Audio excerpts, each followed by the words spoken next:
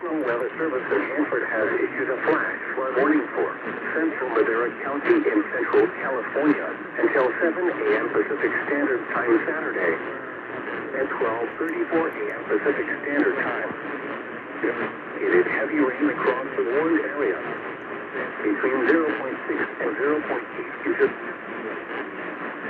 Additional rainfall around up to 0.5 inches are possible in the warned area or expected to begin shortly. Caused by heavy rain. Source, radar.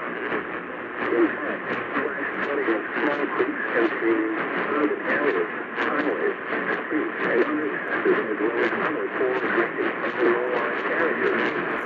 Some will experience flash flooding include